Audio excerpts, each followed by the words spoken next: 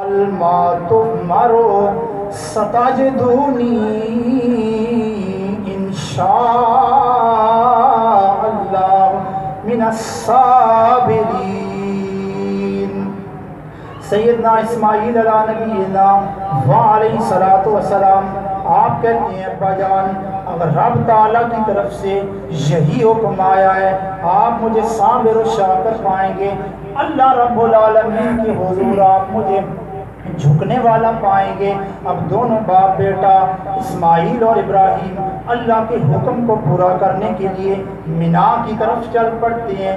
مینا پر جا کر اسماعیل کہتے ہیں ابا جان آپ میرے پاؤں کو میرے ہاتھوں کو باندھ لیجئے اور چھری کو خوب تیز کر لیجئے تاکہ خون کے قطرے آپ پر نہ پڑیں، اور میری والدہ کو جا کر میری قمیض دے دیجئے، اس سے ان کو صبر آ جائے گا۔ سیدنا ابراہیم علیہ السلام نے اسماعیل کو لٹایا، آپ کا منہ زمین کی طرف کیا۔ سامعین محترم تاریخ لکھتی ہے ادھر رب العالمین نے جبریل امین کو بلایا، اے جبریل امین آج میرا خلیل اپنے بیٹے کو ذبح کرنے جا رہا ہے، جبریل جاؤ جا کر جنت سے مینڈا لے کر اسماعیل کی جگہ رکھ دو۔ سامعین محترم حضرت سیدنا جبریل امین نے مینڈا لیا، اسماعیل کو ہٹایا، اسماعیل کی جگہ پر رکھ دیا، چھری چلائی، جب چھری چلی اسماعیل ابراہیم علیہ السلام نے پاؤں سے پٹی اتاری، پاؤں سے جب چہرے سے پٹی اتاری تو دیکھا اسماعیل کھڑے مسکرا رہے ہیں۔ دور سے جبریل امین نے ندا لگائی اللہ اکبر اللہ اکبر۔ نیچے پڑے اسماعیل علیہ السلام نے کہا لا اللہ اکبر لا الہ الا اللہ واللہ اکبر۔ ابراہیم علیہ السلام نے کہا اللہ اکبر وللہ الحمد۔ رب العالمین کی طرف سے یہ کلمات اتنے زیادہ مقبول ہوئے کہ ہر حاجی کی زبان پر اللہ اکبر لا الہ الا اللہ واللہ اکبر جاری ہو گئے۔ سامعین محترم ابراہیم اس امتحان میں بھی کامیاب ہو جاتے ہیں۔ پھر آپ نے دیکھا کہ آپ کی قوم بت پرستی میں مگن ہے، بتوں کی پوجا کرتی ہے۔ جب بتوں کی پوجا پر آپ نے دیکھا تو آپ نے کہا کہ اے قوم تم بتوں کی پوجا کیوں کرتے ہو؟ انہوں نے کہا ہم نے اپنے باپ دادا کو اسی میں پایا ہے، ہم بتوں کی پوجا پر قائم رہیں گے۔ اور سامعین محترم ان کا ایک تہوار تھا سالانہ، وہاں پر ساری قوم چلی گئی اور صرف سیدنا ابراہیم علیہ السلام بچے۔ آپ نے کیا کیا؟ ایک کلہاڑا لیا اور ان بتوں کو توڑنا شروع کر دیا۔ جب واپس آئے دیکھا سارے بت ٹوٹے ہوئے ہیں۔ ابراہیم علیہ السلام سے پوچھا ابراہیم ہمارے بتوں کی بے عزتی کس نے کی ہے، یعنی کس نے توڑا ہے؟ تو ابراہیم علیہ السلام نے کہا اگر یہ بولتے ہیں تو ان سے پوچھ لیں۔ تو انہوں نے کہا ابراہیم تم جانتے ہو یہ بولتے نہیں ہیں۔ غرض بات چلتے چلتے نمرود کے دربار میں پہنچی کہ ایک نوجوان نے ہمارے بتوں کی بے عزتی کی ہے، ہمارے بتوں کو توڑا ہے۔ نمرود نے ابراہیم علیہ السلام کو اپنے دربار میں بلایا، کہا اے نوجوان کیا تو نے ہمارے بتوں کو توڑا ہے؟ سیدنا ابراہیم علیہ السلام نے کہا ان سے پوچھ لو اگر یہ بولتے ہیں۔ انہوں نے کہا تم جانتے ہو یہ بولتے نہیں ہیں۔ آخر فیصلہ یہ ٹھہرا کہ سیدنا ابراہیم علیہ السلام کو آگ میں ڈال دیا جائے۔ ساری قوم ایک مہینے تک لکڑیاں جمع کرتی رہی۔ ایک ایسی جگہ جو شہر سے باہر بھی کھلا میدان تھا وہاں پر انہوں نے ایک ماہ تک لکڑیاں جمع کی، اور وہ لکڑیاں جب آگ جلائی گئی تو آگ اتنی بلند کہ آسمانوں پر اڑتے ہوئے پرندے بھی جل کر اس میں نیچے آ جاتے تھے۔ سیدنا ابراہیم علیہ السلام کو انہوں نے منجنیق جو پرانے زمانے میں پتھر پھینکنے کے لیے استعمال ہوتی تھی اس میں رکھا۔ قرآن لکھتا ہے کہ جب ابراہیم علیہ السلام کو آگ میں پھینکا گیا سیدنا ابراہیم علیہ السلام کو اوزار میں رکھ کر پھینک دیا جاتا ہے۔ رب کا قرآن اس کا نقشہ کھینچتا ہے یا نارو کونی برداً وسلاما علی ابراہیم۔ ادھر سیدنا ابراہیم علی نبینا वस्सलाम आप को आग में फेंक दिया जाता है। रब ताला ने कुरान करीम में फरमाया, ए आग मेरे इब्राहीम पर सलामती वाली बन जा, मेरे खलील पर गुलजार बन जा। सामीन मोहतरम, सैयदना इब्राहीम अला नबीना व अलैहिस्सलातु वस्सलाम जब आग के अंदर जाते हैं, आग ने आपकी रस्सियों को, आपकी जंजीरों को जला डाला। उसके बाद आग ठंडी हो गई।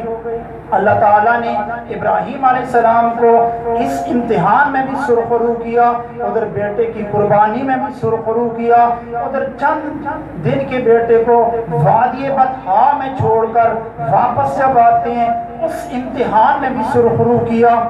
सामीन मोहतरम, जब इब्राहीम खलीलुल्लाह इन इम्तिहानों से सुरखरू होकर रब ताला के हुजूर आते हैं, रब्बुल आलमीन ने उनको खलीलुल्लाह का लक़ब अता किया। और अल्लाह ताला ने कुरान करीम में फरमाया, वअहिदना इला इब्राहीम व इस्माईल अन ताहिरन बैती लित्ताइफीन।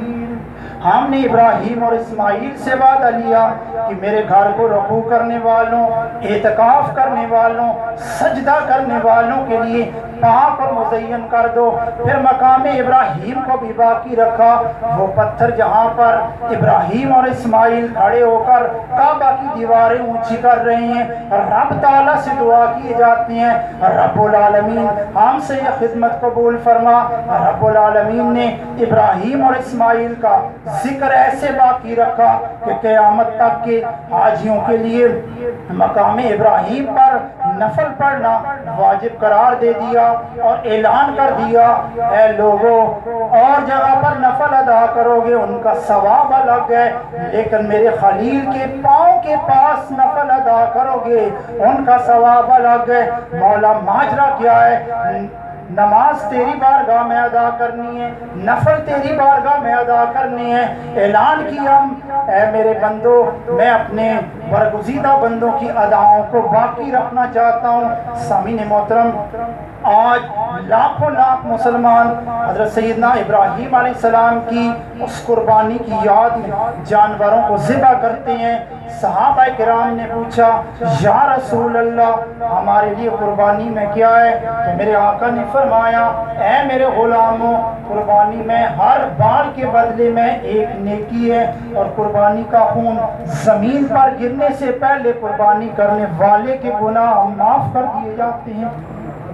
सामीन मोहतरम, कुर्बानी खुश दिली से और उस अजीम सुन्नत को जिंदा करने के लिए हम करते हैं जो सैयदना इब्राहीम खलीलुल्लाह ने आज से हज़ारों साल पहले रब ताला की रज़ा के लिए पहले अपने बेटे को वादी बतहा में छोड़ा, फिर आग में जाना पसंद किया, फिर अल्लाह की राह में इकलौते बेटे को कुर्बान करने से भी दरेक ना किया। रब ताला ने इब्राहीम की उन अदाओं को ऐसे जिंदा रखा कि आज भी हाजरा सलामुल्लाह अलैहा के उस सफ़ा और मरवा के 7 चक्कर हर हाजी पर लाजमी करार दे दिए।